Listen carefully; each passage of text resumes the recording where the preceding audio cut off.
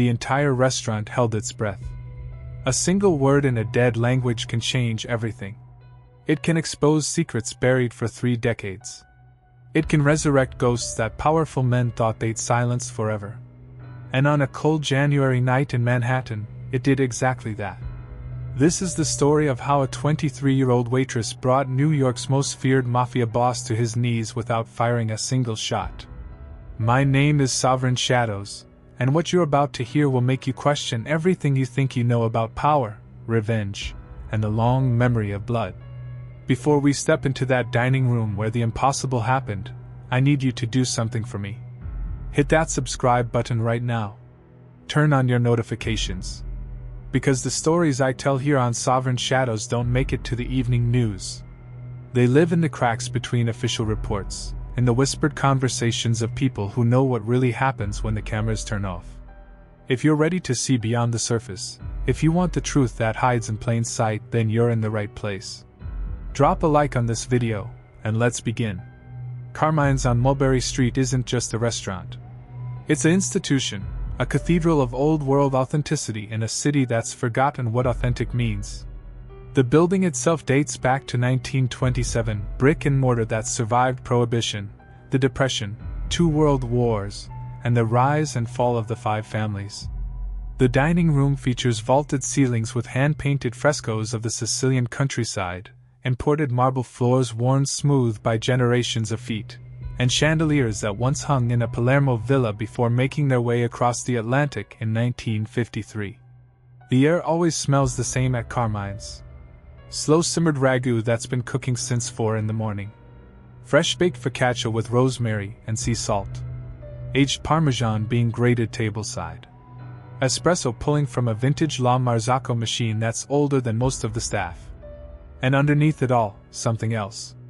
Something you can't quite name but you feel in your bones the moment you walk through those heavy oak doors. History. Secrets. Power.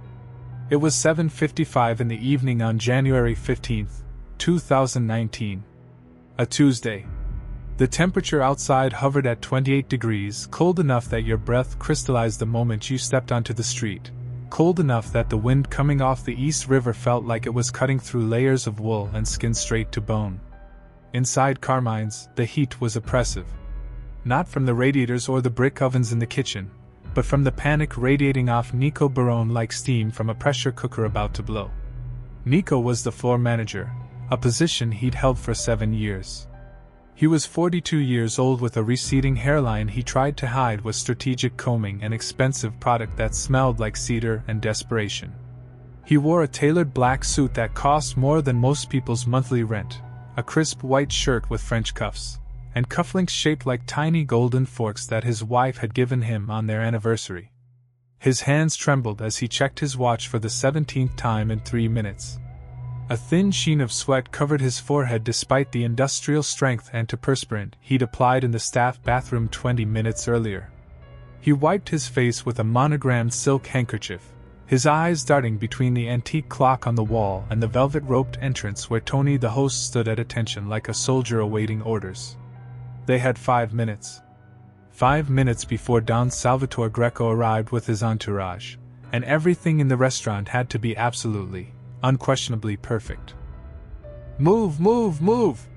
Nico's voice cracked as he snapped at a busboy who was polishing wine glasses with what Nico deemed insufficient enthusiasm. "If there is even a single fingerprint, even a microscopic smudge on that crystal, I will personally ensure you never work in this city again. Do you understand me? Not in Manhattan, not in Brooklyn, not in some diner in Queens. You'll be lucky to get a job washing dishes in Newark." The busboy, a 19-year-old kid named Marcus who was putting himself through community college, nodded frantically and polished harder. His hands were shaking too. Everyone's hands were shaking. When Don Salvatore Greco came to dinner, fear was the only appetizer anyone needed. In the kitchen, Chef Antonio was screaming in Italian at a line cook who'd had the audacity to suggest that the ossobuco needed another 10 minutes. Pots clanged. Knives chopped with military precision. The heat from the stoves made the air shimmer like a mirage. Servers moved through the chaos like dancers who'd rehearsed this ballet 1,000 times, their movements economical and exact because wasted motion meant wasted time and wasted time meant Nico's very public, very theatrical breakdown. And in the middle of it all, trying to be invisible, was Sienna Rossi. She stood near the service station, her back straight, her hands clasped in front of her white apron, her entire body language screaming, "Please don't notice me, please don't see me, please let me disappear into the wallpaper." At 23 years old, Sienna had perfected the art of being overlooked. It was a survival skill she'd honed over 3 years working in Manhattan's most exclusive, most dangerous restaurants.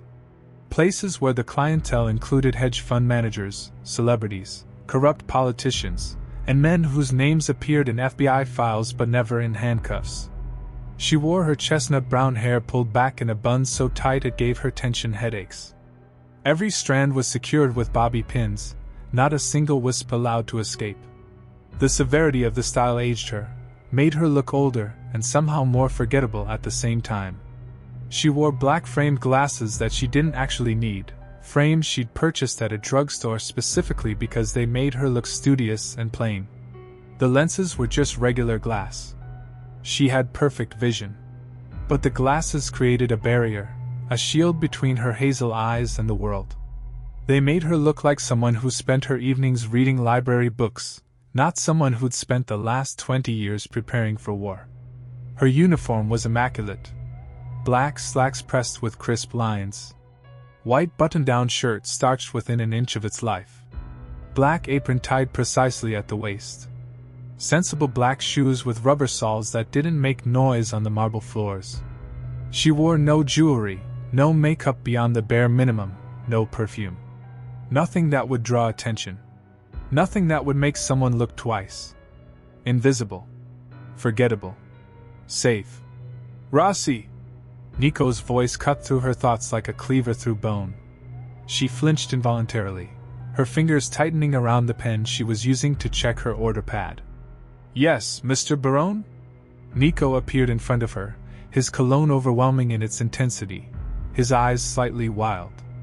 He snapped his fingers inches from her face, a gesture that made her want to grab his wrist and break it at the joint, but she kept her expression neutral and submissive. Always submissive. Always compliant. "You're on the Don's table tonight," he said, his voice dropping to a lethal whisper even though they were surrounded by the chaos of pre-service preparation. "Private dining room. VIP section. Do you understand what I'm telling you?" "Yes, sir." "Do you?" He leaned closer. She could smell the espresso on his breath, the nicotine from the cigarette he'd snuck outside 15 minutes ago. "Salvatore Greco doesn't tolerate mistakes. He doesn't tolerate incompetence. He doesn't tolerate excuses. Last girl who spilled wine on his suit. They found her 3 weeks later working overnight shift at a truck stop outside Newark. Before that she was making 6 figures at Le Bernardin. You understand what I'm saying?" Sienna nodded, keeping her eyes downcast. "I understand. You take his order perfectly. You serve his food perfectly. You anticipate his needs before he has them. You are gracious, you are efficient, and you are invisible unless he wants to see you. Are we clear?" "Crystal clear, Mr. Barone." "Good." He straightened, adjusting his tie with trembling fingers. "He requested you specifically, actually. Said he liked your service last time he was here. So congratulations, you made an impression. Don't waste it by screwing this up." That stopped her heart for exactly 2 seconds. He requested her. Salvatore Greco had requested her specifically. Which meant the plan was working. 3 weeks of careful, calculated service, of being perfectly competent but not memorable, of slowly building a pattern of reliability that would make her the obvious choice for tonight. 3 weeks of preparation for what would happen in exactly 2 hours and 14 minutes. Nico moved on to terrorize a sommelier about the temperature of a Barolo, and Sienna allowed herself 3 deep breaths. In through the nose, out through the mouth. Centered. Focused. Ready.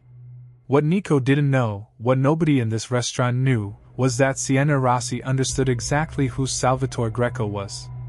Not the legend, not the myth that got repeated in whispered conversations at Little Italy's social clubs, but the man. the real man behind the reputation. She knew he took his espresso with exactly 1 sugar cube, dissolved slowly while he read the New York Post sports section.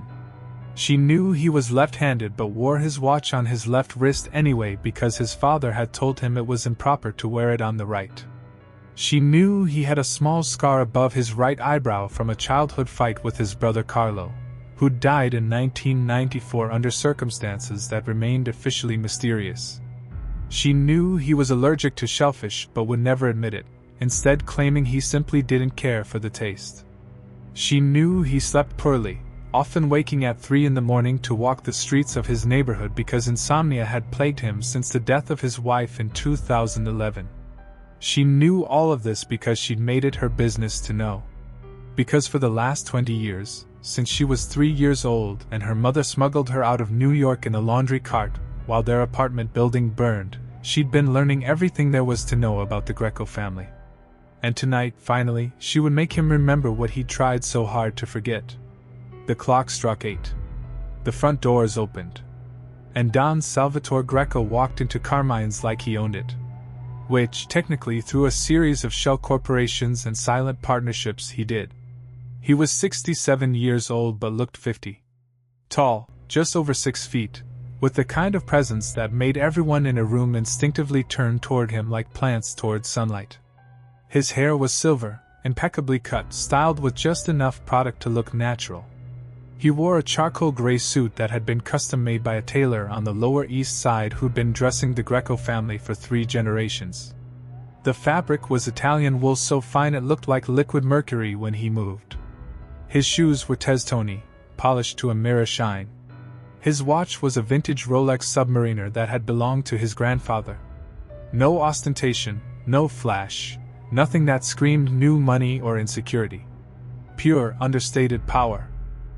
His face was weathered but handsome, the kind of face that belonged in old photographs from Sicily, all sharp angles and deep-set dark eyes that missed absolutely nothing. Those eyes had watched men die. Those eyes had given orders that ended lives. Those eyes could shift from grandfatherly warmth to Arctic coldness in the space between heartbeats. Behind him came his entourage. Tommy, 2 times, Marchetti, his consigliere, a compact man in his 50s who'd earned his nickname from his habit of repeating important phrases for emphasis. 2 bodyguards, both former military, both carrying legally licensed firearms under their jackets, both trained to kill efficiently and without hesitation. And bringing up the rear, his driver Angelo, who waited by the door like a loyal dog. Tony the host practically genuflected. Don Greco, such an honor, such an honor. Your table is ready, everything is prepared exactly as you like. Salvatore nodded graciously, shaking Tony's hand, slipping him what was probably a $100 bill with the kind of practiced discretion that comes from a lifetime of strategically distributed generosity.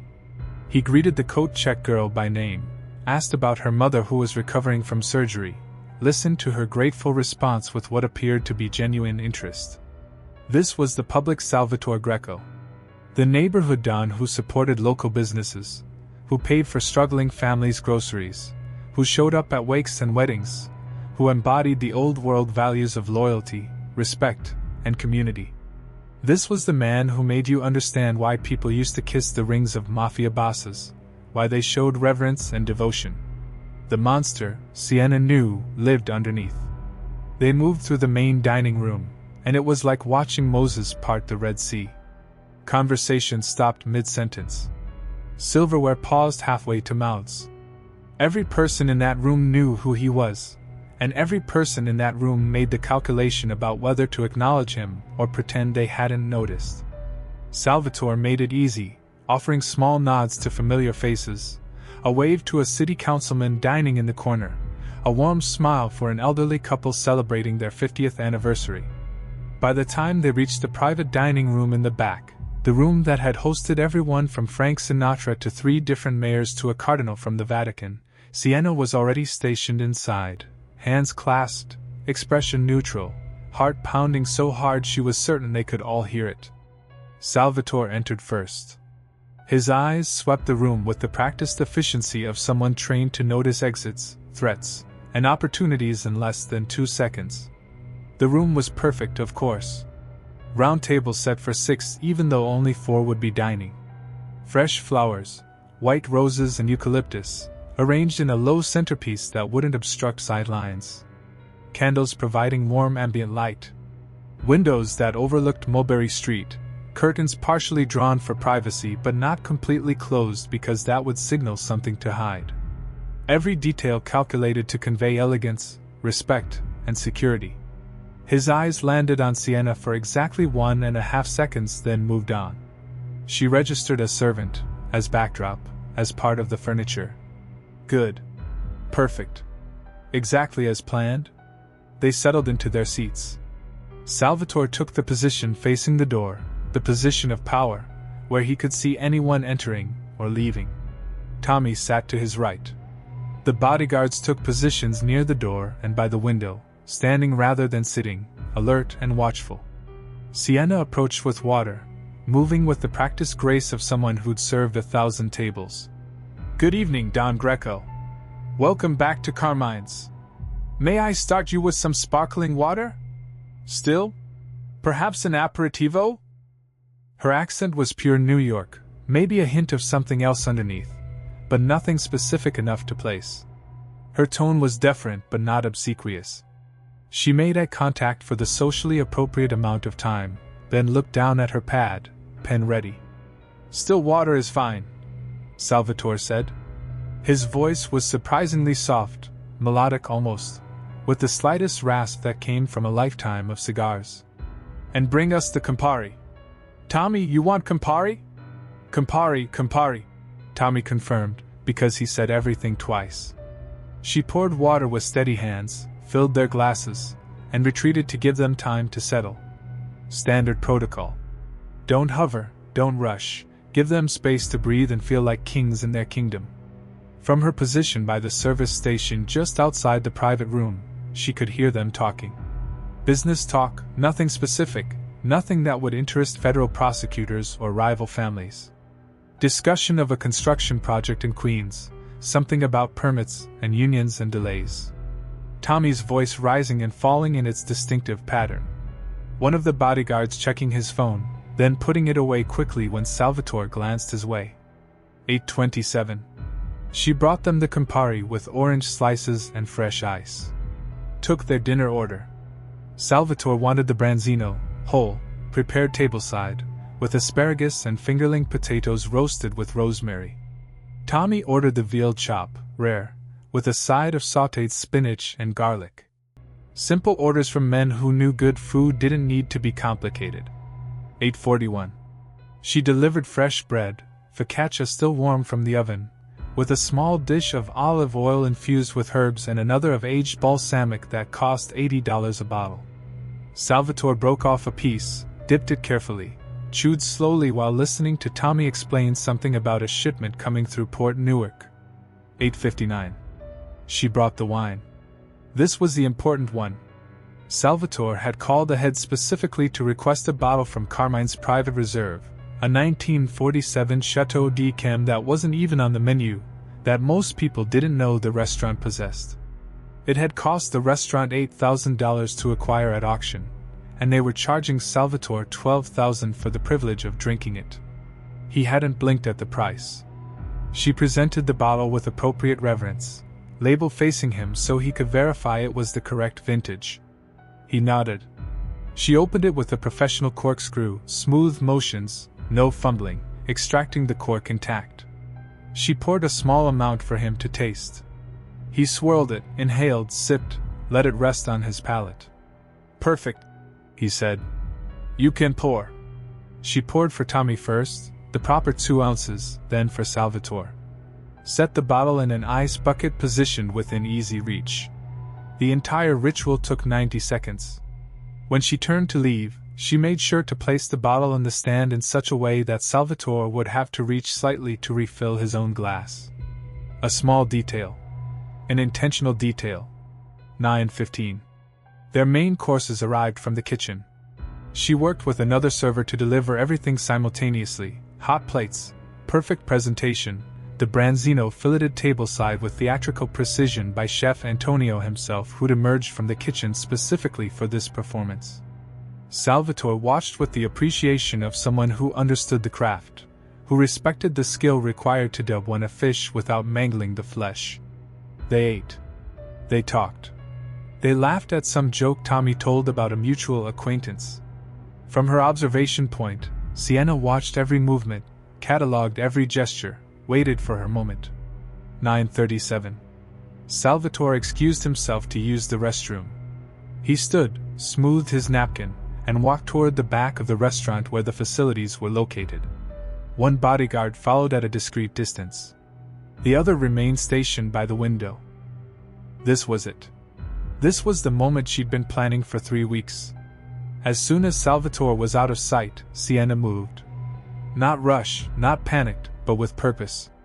She entered the private dining room carrying a tray with fresh water, a reason to be there, a cover story if anyone asked. She approached the table, refilled Tommy's water glass even though it was still 3/4 full, and as she did, she knocked against the ice bucket holding the $8,000 wine. The bucket tipped. The bottle didn't fall, but it shifted, moved just enough that when Sienna tried to catch it with her hand, she instead knocked it completely out of the bucket. It fell, but she caught it before it hit the floor. Caught it, yes, but in the process, she placed it somewhere very specific. Under Salvatore's chair. Hidden in the shadows where the tablecloth hung. Invisible unless you knew to look. She straightened, flustered, making sure Tommy saw her distress. "I'm so sorry, I'll get that back in the ice immediately." But when she bent down to retrieve the bottle, it wasn't there. Because in the 3 seconds Tommy had looked away to check his phone, she'd already placed it under the chair. When she stood up again, her hands were empty, her face confused. I just had it." She looked around, genuinely seeming bewildered. Tommy barely registered this. He was more interested in his veal. It's fine. Just bring another bottle. Of course, Mr. Marchetti. Right away." She left quickly, heart racing, hands shaking slightly from adrenaline. In the kitchen, she found Nico and explained that there had been a small accident with the wine bottle, that she needed to bring a replacement. Nico's face went through several colors of the rage spectrum, but he couldn't yell too much because the dining room was full and appearances had to be maintained. "Find it," he hissed. "Find that bottle or you're paying for it yourself. $8,000, Rossi. That's more than you make in 3 months." "I understand, Mr. Barone. I'll find it." But she didn't go looking. Instead, she waited. Positioned herself in the hallway where she could see the private dining room. Watched Salvatore return from the restroom, saw him sit back down, saw him reach for his wine glass and realize it was empty, saw him reach for the bottle in the ice bucket and discover it wasn't there. She counted to 30. Let the confusion build. Let Tommy look around. Let the bodyguards exchange glances. Then she entered. 9:43.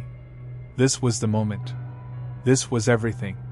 Salvatore's voice, when it came, could have frozen nitrogen.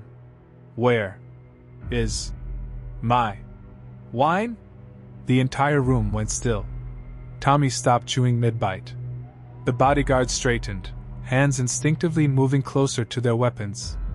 Through the partially open door, servers in the main dining room paused, sensing the shift in atmospheric pressure that preceded violence. Sienna stood at attention, her tray balanced perfectly on her palm, her expression appropriately concerned and apologetic. "Sir, I personally brought that bottle to your table at 9:15. I opened it in front of you. I watched Chef Antonio pour the first glass. I placed it in the ice bucket right beside your chair. Are you calling me a liar?"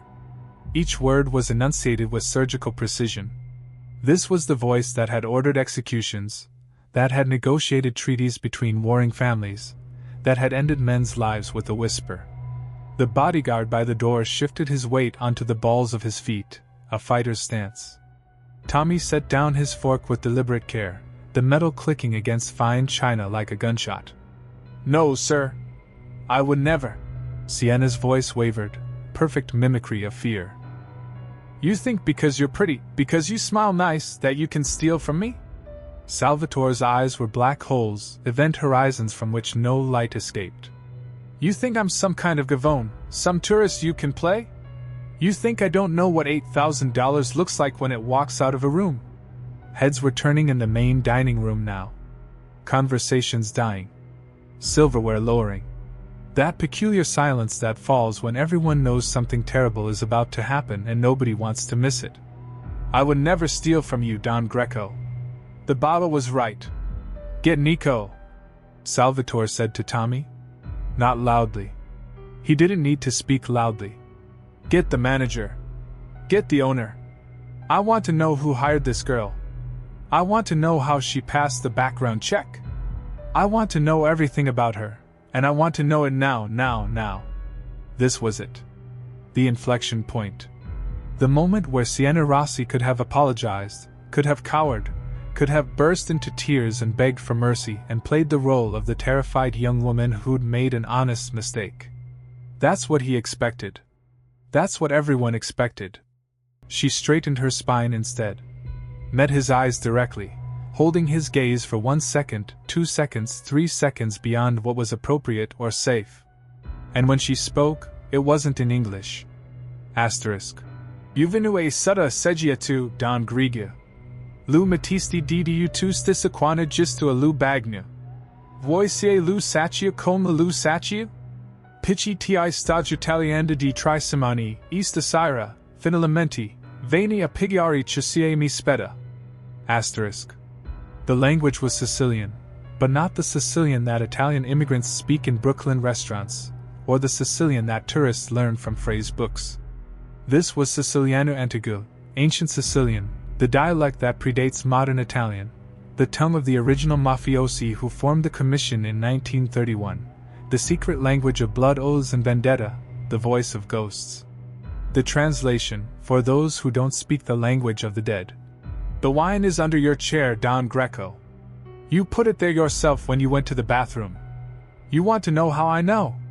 Because I've been watching you for 3 weeks, and tonight, finally, I come to collect what's owed to me. The temperature in the room didn't just drop. It plummeted. It fell through the floor, through the foundation, through bedrock into some subterranean place where heat had never existed. Salvatore Greco's face underwent a transformation that would have been fascinating to study if anyone in the room had been capable of analytical thought. Red to white to gray to something almost translucent, like wax paper held up to light.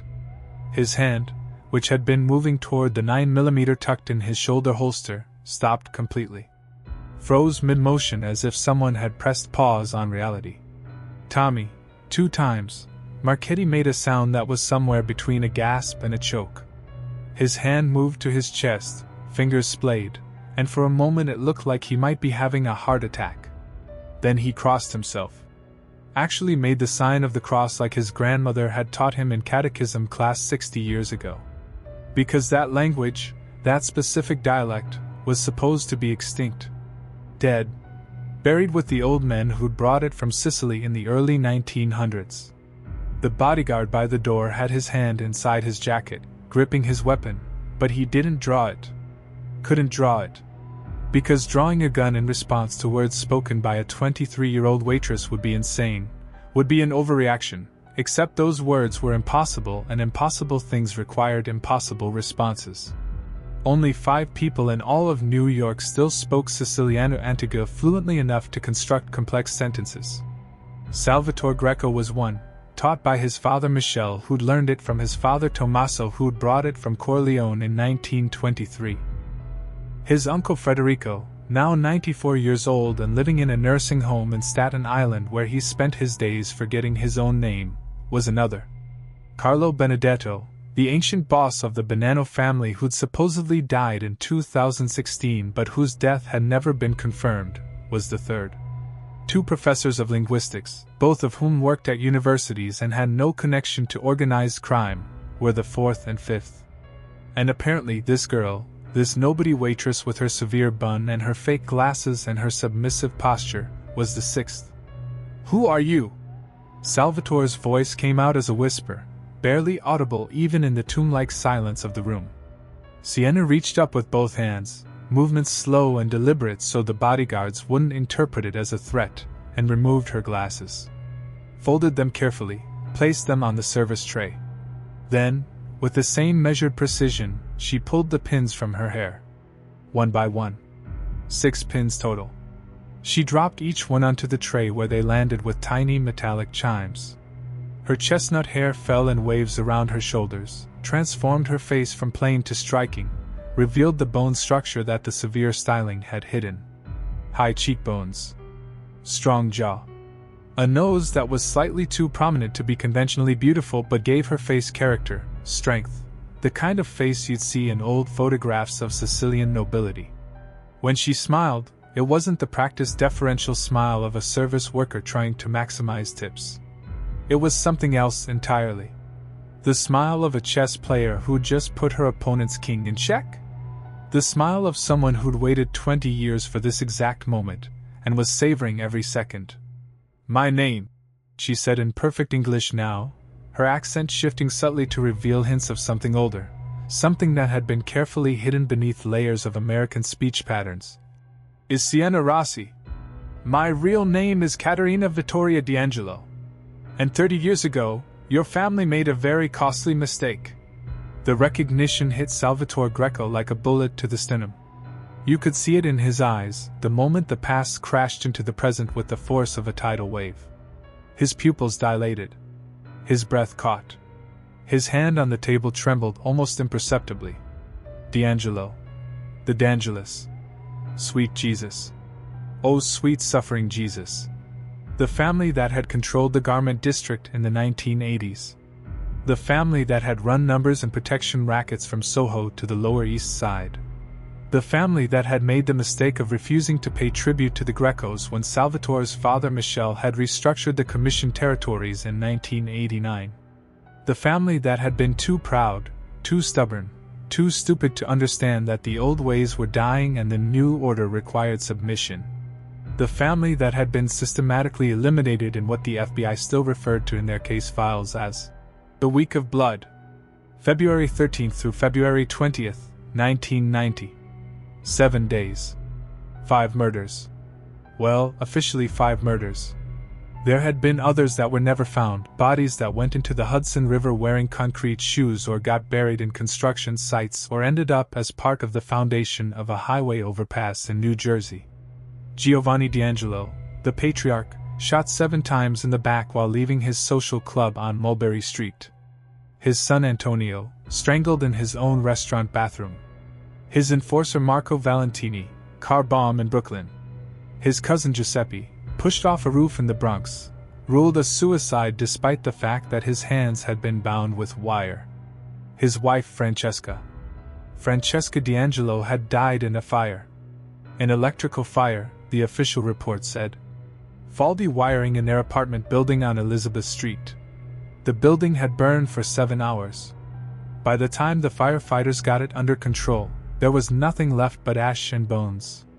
They'd found the charred remains of 4 adults in the ruins. But no children. The D'Angelos had a daughter, everyone knew that.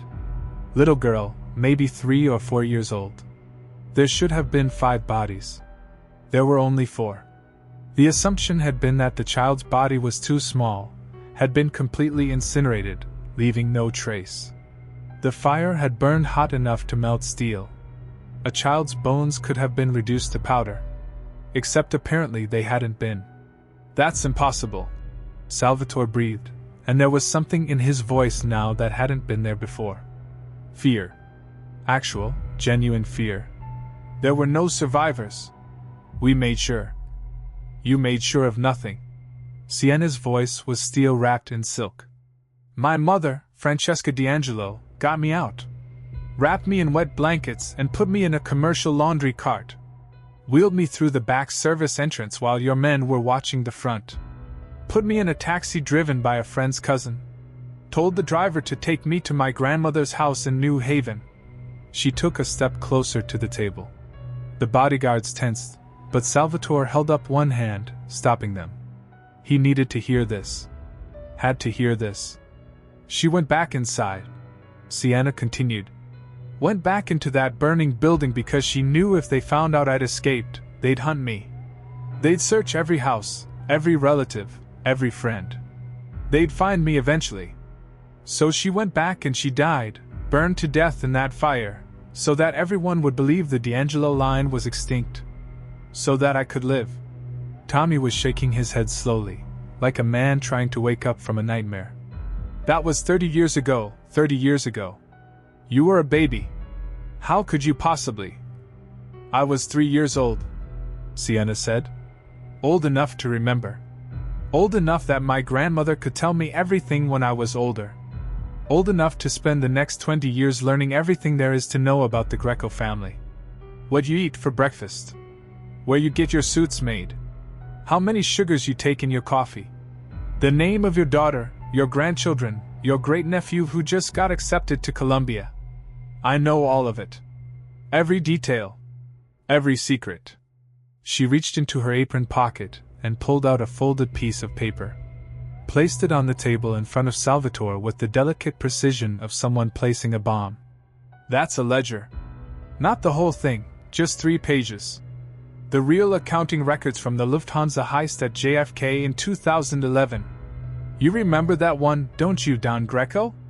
$64 million in cash and jewelry stolen from an airport cargo facility.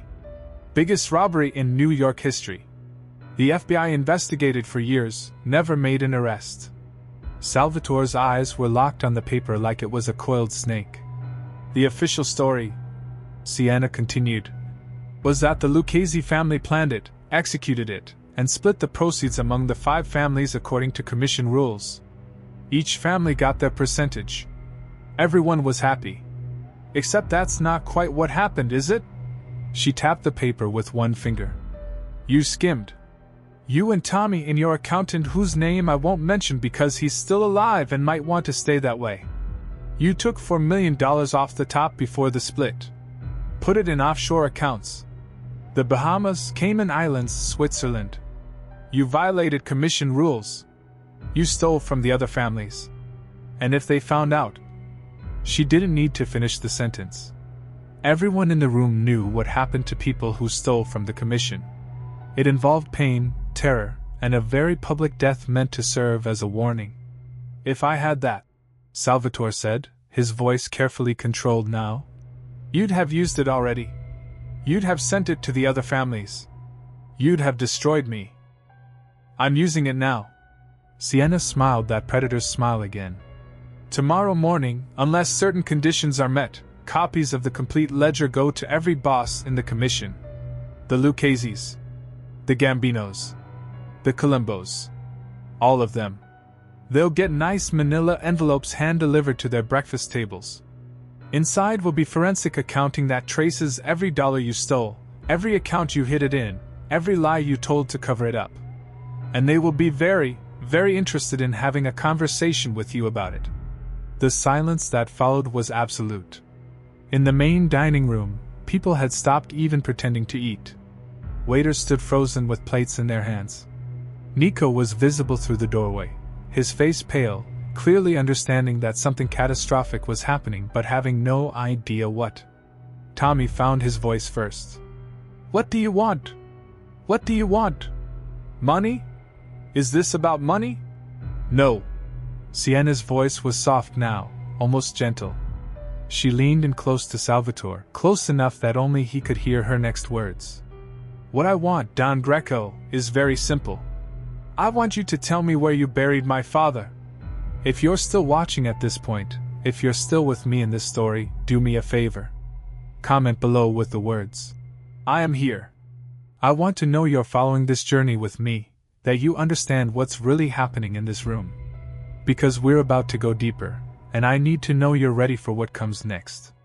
Comment, I am here. Right now, and let's continue. The words hung in the air like smoke from an extinguished candle. For a long moment, Salvatore Greco didn't move, didn't breathe, didn't blink. His entire body had become a statue, frozen in the moment between past and present, between the man he was 30 years ago and the man he'd become. Giovanni D'Angelo, Sienna said, her voice steady despite the emotion burning behind her eyes. My father. You shot him 7 times in the back on February 13, 1990. He was leaving the Venezia Social Club on Mulberry Street. 10:37 at night. It was snowing. He was wearing a black overcoat and carrying a newspaper. Your father Michel gave the order, but you pulled the trigger.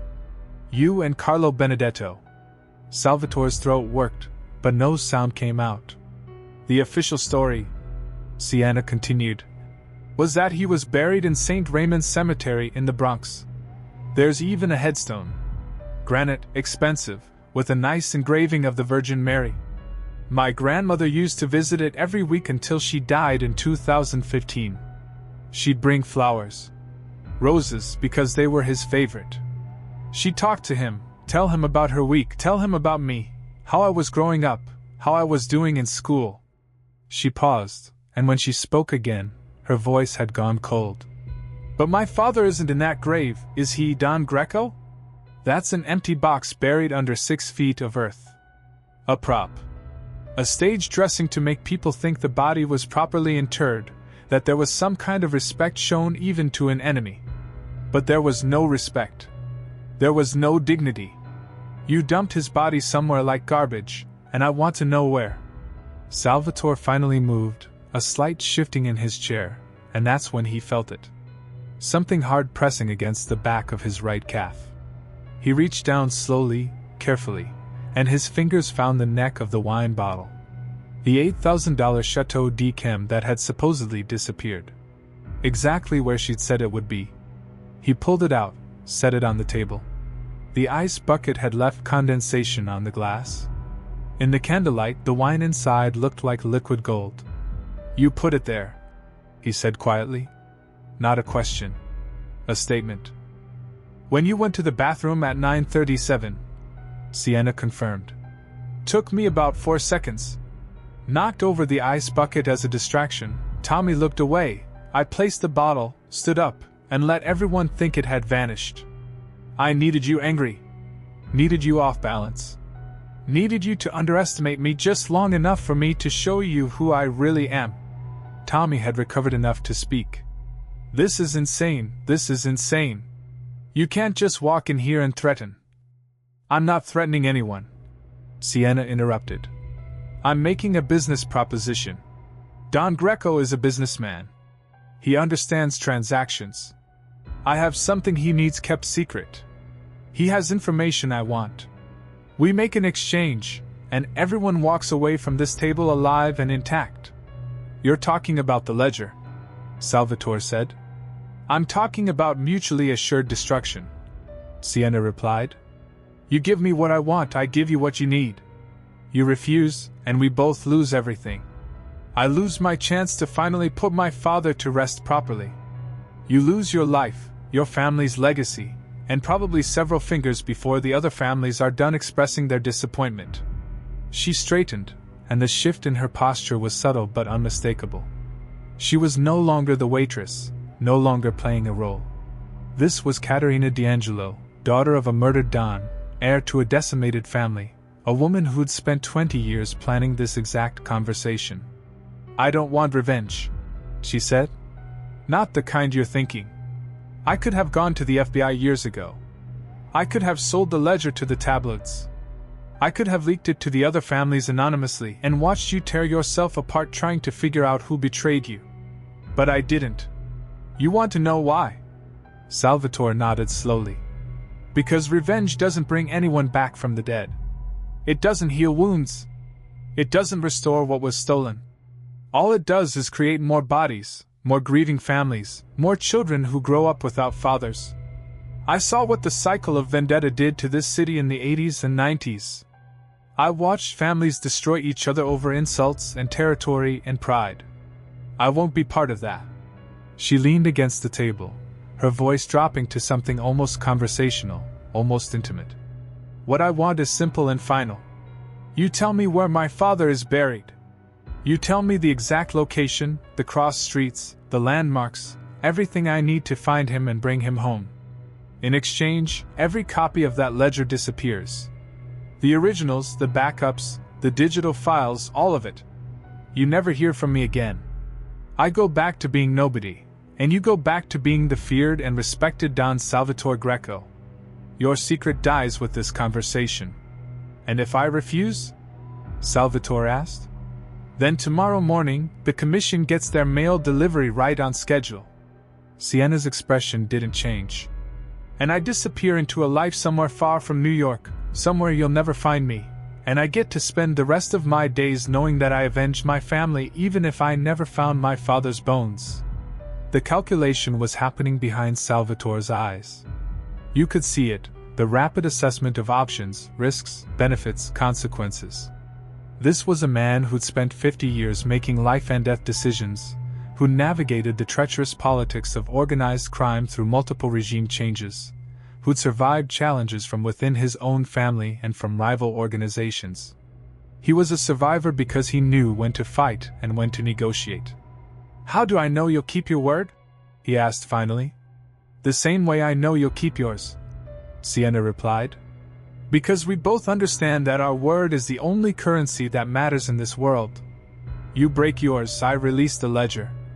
I break mine, you hunt me down and kill me. It's a simple contract, enforced by mutual self-interest." Tommy started to say something, but Salvatore silenced him with a look. The bodyguards remained frozen, waiting for orders that didn't come. Through the doorway, the restaurant had descended into a kind of suspended animation, everyone waiting to see if this would end in conversation or gunfire. "He's in Red Hook," Salvatore said quietly. "Brooklyn. There's a warehouse on Van Brunt Street, number 347. Industrial building, been abandoned since 2008. The loading dock in the back has a drainage grate. 10 feet down, there's a sealed concrete chamber. That's where we put him. Him and 2 others who died that same week." Sienna closed her eyes for a brief moment. 20 years of searching, of wondering, of imagining worst-case scenarios. And now she knew. The not knowing had been a weight she'd carried for so long that its sudden absence made her feel almost weightless. "Thank you," she said, and then it. "The ledger?" Salvatore prompted. "Give me 72 hours to verify the location," Sienna said. "If my father is where you say he is, you'll receive a package at your home address. Inside will be a USB drive containing every digital copy of the ledger, plus the physical originals. You can watch me shred them yourself if you want the extra assurance. After that, I'm gone. Out of New York, out of your life, out of this world entirely." She reached into her apron again and pulled out a business card, blank except for a phone number written in careful handwriting. Placed it next to the folded ledger pages. "If you're lying about the location, if I find an empty chamber or a different body or nothing at all, I call this number and the wheels start turning. But I don't think you're lying, Don Greco. Because you're smart enough to know that this is the best deal you're going to get. A secret kept for a secret revealed. Clean. Simple. Final." Salvatore picked up the card, studied it, then carefully placed it in his wallet. The tension in the room had shifted from explosive to something else, something almost businesslike. A negotiation had been conducted. Terms had been reached. All that remained was the execution. "One question," Salvatore said. "The dialect? The Siciliano Antigua. How?" Sienna smiled, and this time there was something almost sad in it. "My grandmother. She was born in Corleone in 1925. Came to America in 1946. She spoke the old tongue her entire life, refused to let it die even when everyone else was forgetting it. She taught me from the time I could form words.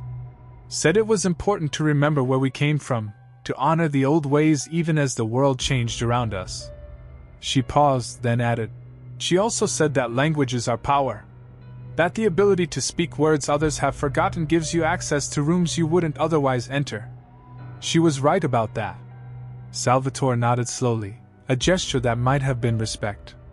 "Your grandmother was Lucia D'Angelo. I remember her.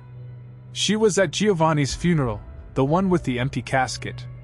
She stood by the grave and sang a traditional Sicilian mourning song. I was there, in the back, watching. She had a voice like an angel." "She did," Sienna confirmed. She used to sing to me at night. Lullabies in the old tongue. Songs about the hills of Sicily, about olive groves and lemon trees, about a world that doesn't exist anymore except in memory and music. For a moment, they weren't a mafia boss and the daughter of his victim. They were just two people who understood the weight of history, the burden of legacy, the way the past shapes every moment of the present whether we want it to or not. Then Salvatore stood, smoothing his napkin, the spell breaking. "We have an agreement, Miss D'Angelo. 72 hours. You verified the location, I received the package, and this conversation never happened." "Never happened?" Sienna echoed. He gestured to Tommy and the bodyguards. They moved toward the door, the dinner forgotten, the wine untouched. As Salvatore passed Sienna, he paused for the briefest moment. "Your father," he said quietly, meant only for her ears. "It wasn't personal. It was business. The old man, my father, he gave the order because Giovanni wouldn't bend. Wouldn't accept the new structure. In another time, under different circumstances, they might have been friends. But this life doesn't allow for friends. Only allies and enemies, and the line between them is thinner than most people realize." "I know," Sienna said. "That's why I'm leaving it behind." He nodded once, a gesture of understanding if not quite absolution, and then he was gone, his entourage following like shadows. The private dining room emptied. The main dining room slowly came back to life, conversations resuming in hushed tones, silverware clinking against plates, the normal rhythms of the restaurant reasserting themselves even though everyone knew something extraordinary had just occurred. Sienna stood alone in the empty private room, surrounded by the half-eaten food and the expensive wine and the candles that had burned down to pools of wax. She picked up her glasses, her hairpins, her service tray. Transformed herself back into the invisible waitress, the nobody that people looked through rather than at. Nico appeared in the doorway, his face a roadmap of confusion and terror. What just happened?" "The Don, he left without paying, without finishing his meal, I don't understand." "He had an emergency," Sienna said calmly. "A family matter. He said to comp the meal and he'll be back next week. But the wine, the $8,000 bottle, it was missing and then. It was under his chair the whole time." Sienna interrupted, pointing to the bottle now sitting on the table. "Must have fallen when he sat down. My mistake for not checking more carefully. I'm sorry for the confusion." Nico stared at her, clearly understanding that he was being lied to but equally clearly understanding that he needed to accept the lie and move on. "Right. Of course. Under the chair. I'll just clean this up then. I can do it," Sienna offered. "No." Nico's voice was firm. "Take your break. You've had a stressful evening. Go outside, get some air, come back in 20 minutes. She nodded, grateful for the dismissal even if she didn't need the air. She just needed to be alone with the knowledge that finally, after 20 years, she was close to bringing her father home. The next 72 hours were the longest of Sienna's life. She called in sick to Carmine's, claiming a stomach virus, knowing she'd never actually return to that job regardless of what happened with Salvatore. She stayed in her tiny studio apartment in Alphabet City, the one-room space that had been home for the past 3 years, surrounded by her few possessions and the ghosts of her past. On the second day, she rented a car. Drove to Red Hook, Brooklyn. Found Van Brunt Street. Found number 347. The warehouse was exactly as Salvatore had described, abandoned, windows boarded, faded for lease signs that no one had bothered to remove. The loading dock in the back was overgrown with weeds, the concrete cracked and broken, nature slowly reclaiming what industry had surrendered. She found the drainage grate. Rusted, heavy, but movable with effort. Below it, darkness and the smell of stagnant water. She dropped a flashlight tied to a rope, let it descend into the shadows. 10 feet down, just as he'd said, there was a sealed concrete chamber. She couldn't see inside, couldn't confirm what it contained, but it was there. That was enough. On the third day, she called the number she'd been given by a private investigator 3 years earlier, a man who specialized in discreet arrangements for people who needed things done outside of normal channels. She explained what she needed.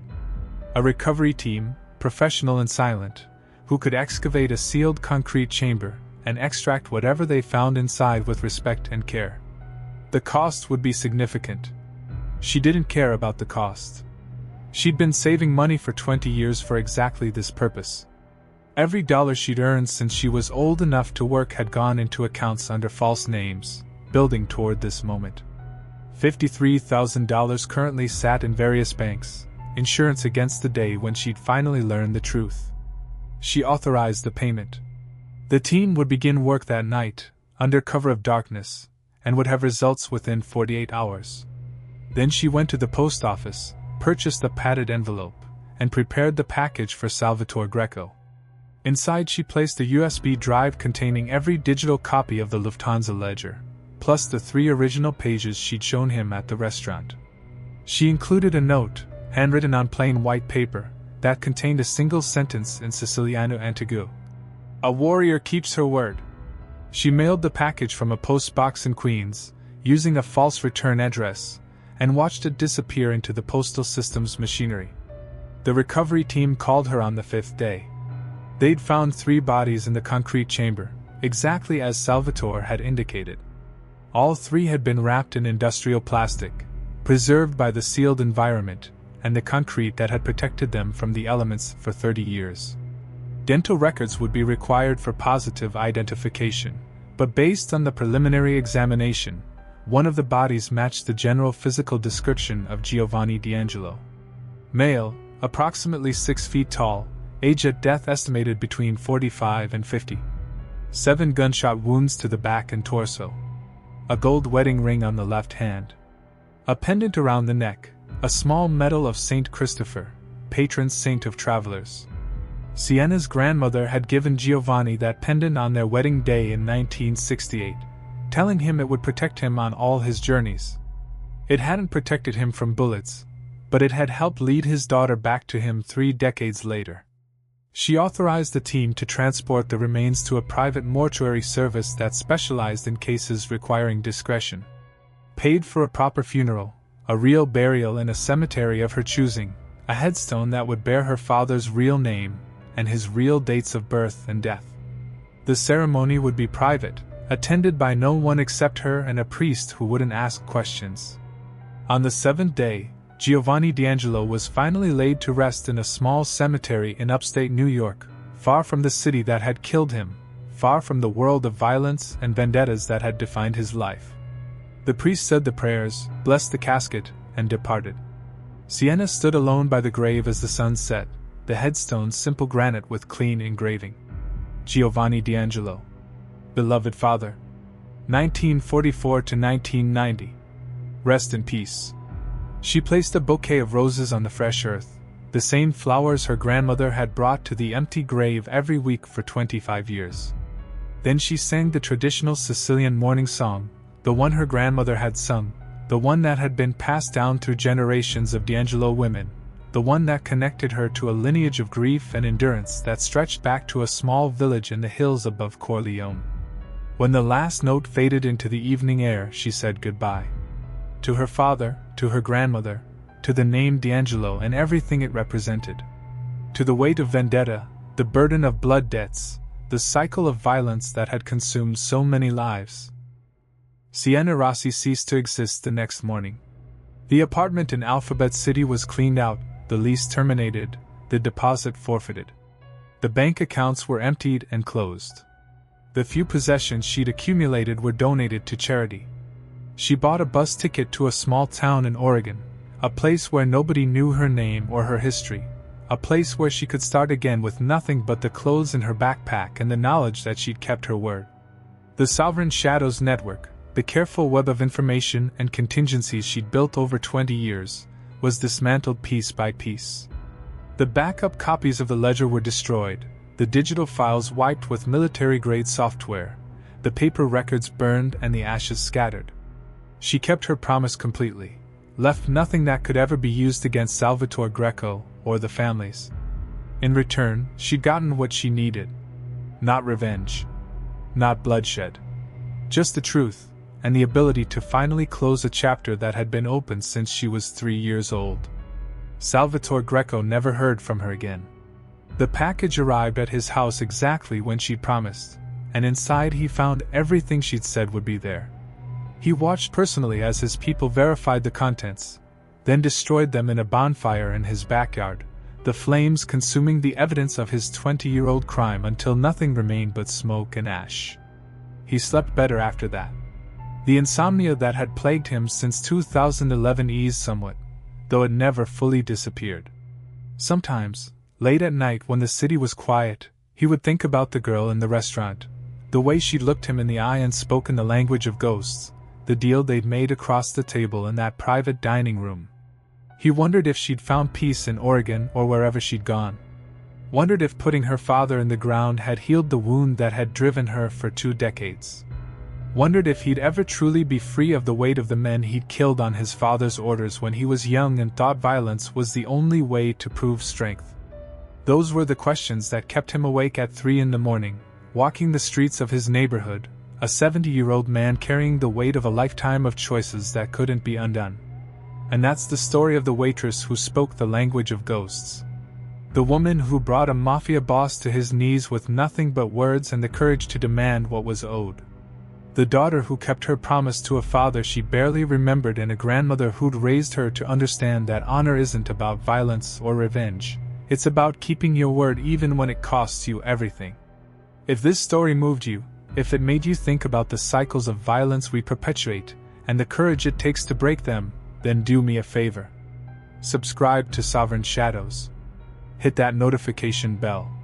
Share this video with someone who needs to hear it. Because these are the stories that matter, the ones that show us that power doesn't always come from a gun or a threat. Sometimes it comes from knowing who you are and refusing to be anything less. Drop a like, leave a comment telling me what you think Sienna's life looks like now, and I'll see you in the next story. The truth lives in the shadows, and so do we.